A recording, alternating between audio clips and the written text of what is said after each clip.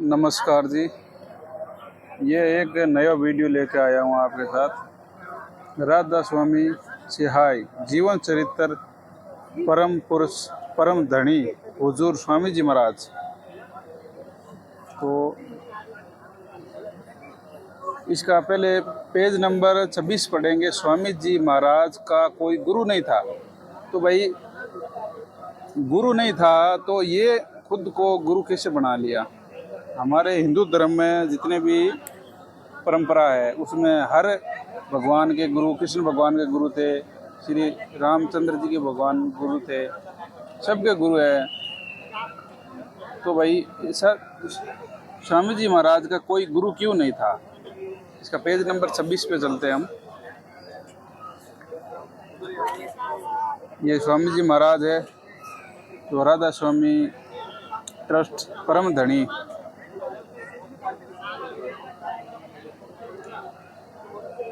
आगरा से छपी हुई है। ये लो, इसका चलते हैं।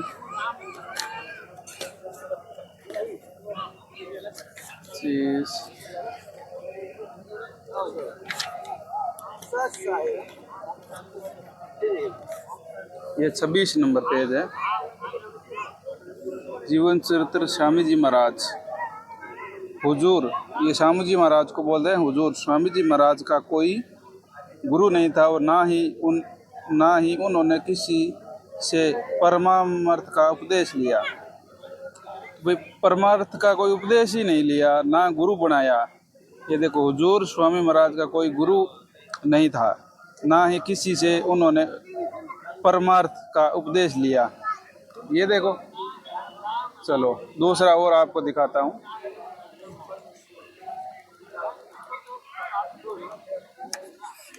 ये अपने 26 पेज पढ़ लिया। अभी हम चलेंगे 72 फर्स्ट पे, 72 नंबर पेज।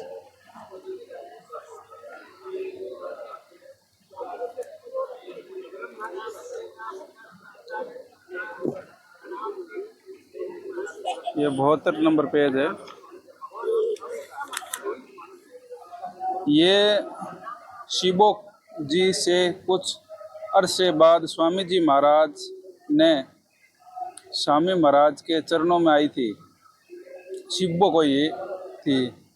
जब उन्हें कुछ दिन सत्संग किया और वचन स्वामी जी महाराज के सुने और वे बेचैन हृदय में समा गए, तब उनके प्रेम की हालत अजीब थी। जब वे स्वामी जी महाराज के बेचैन या अर्थ पोथियों को करते, तब इनकी आंखें सुर्ख अंगारा सी हो जाती थी और आंसू बराबर टपकते रहते थे।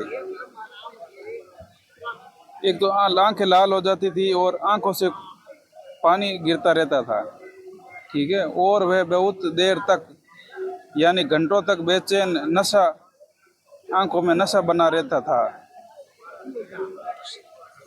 जब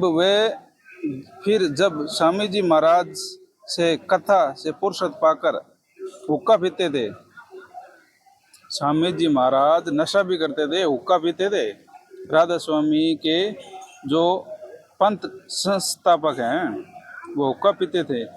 अभ्यास का रस लेते हुए या कथा करने को बैठे थे, तब जो बुक्की जी महाराज के चरणों के अंगूठा मुंह में रखते हुए घंटों चरणपान का रस लेती थी। ये बुक्की है ना, महाराज जी का अंगूठा मुंह में लेके उनका अंगूठा चूसती थी। जब कोई मिथ्या टोकने के वास्ते हटाना चाहते थे तो वे चरण नहीं छोड़ती थी बुक्की।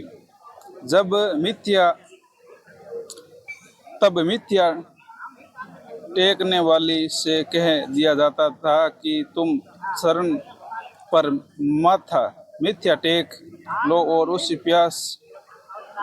उस प्यासी को मत हटाओ। और वह बयान किया करती थी कि मुझे इनसे ऐसा रस आता है कि जैसे दूध पीता है। इनके भजन इनका भजन का हाल था कि अंगूठा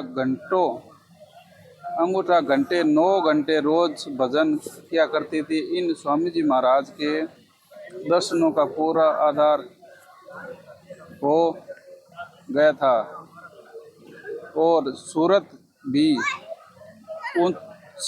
ऊंचे देश में पहुंच जाती थी। जब स्वामी जी महाराज अंतर्ध्यान हुए तब बुक्की जी की यह कैफियत हुई और दिन रात बेहोश पड़ी रहती थी और दो दिन हजाजत जरूरी को भी रफा करने नहीं जाती थी, मतलब लेटरिन बाथरूम भी वो नहीं जाती थी। और सूरत स्वामी जी महाराज के चरणों में लगानी रहती थी। करीब 1.5 महीने तक ये हाल रहा। सबको खौफ हुआ कि ये शायद इनकी देह छूट जावे।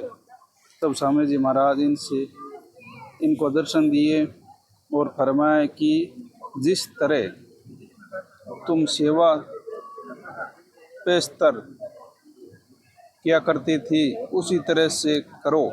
जैसे मैं जिंदा था उस तरह से ही मेरे मरने के बाद में भी वो काम करो। और फिर उसी रोज बुक्की भोग भी तैयार करती थी और मेरे पन्नी गली के मकान पर पहले दस्तूर के माफिक पलंग पर बिछाती और हुक्का भरती। वह पलंग तभी बिछा रहता गरज की जीभ की तरह से पेशतर सेवा करती थी। उस तरह से कुल काम करने लगी और स्वामी जी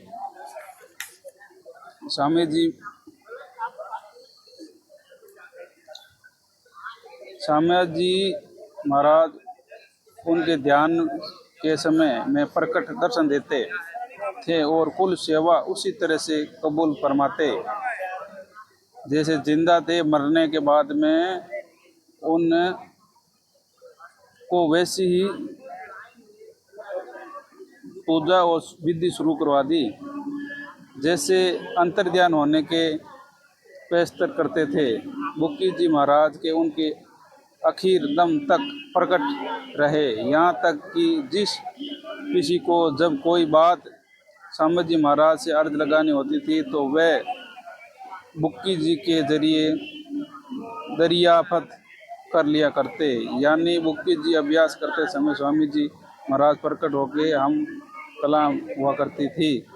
इस नियाजामंद को भी जब कभी भीड़ के समय घबराहट होती थी तो वह इसी तरह से अकल काम करती थी। तब बुक्की जी के जरिए स्वामी जी महाराज हुक्का लिया करता था, स्वामी महाराज से हुक्म लिया करता था और जैसे हुक्म होता था तो वैसे मुवाफिक बंदा कारबंद होता था। और इसी तरह से पर राय साहिब से ही मौज की ली थी। बुक्की जी के जरिए से 2 साल 4 बार हुक्म हासिल किए थे। चलो आगे बताता हूँ आपको।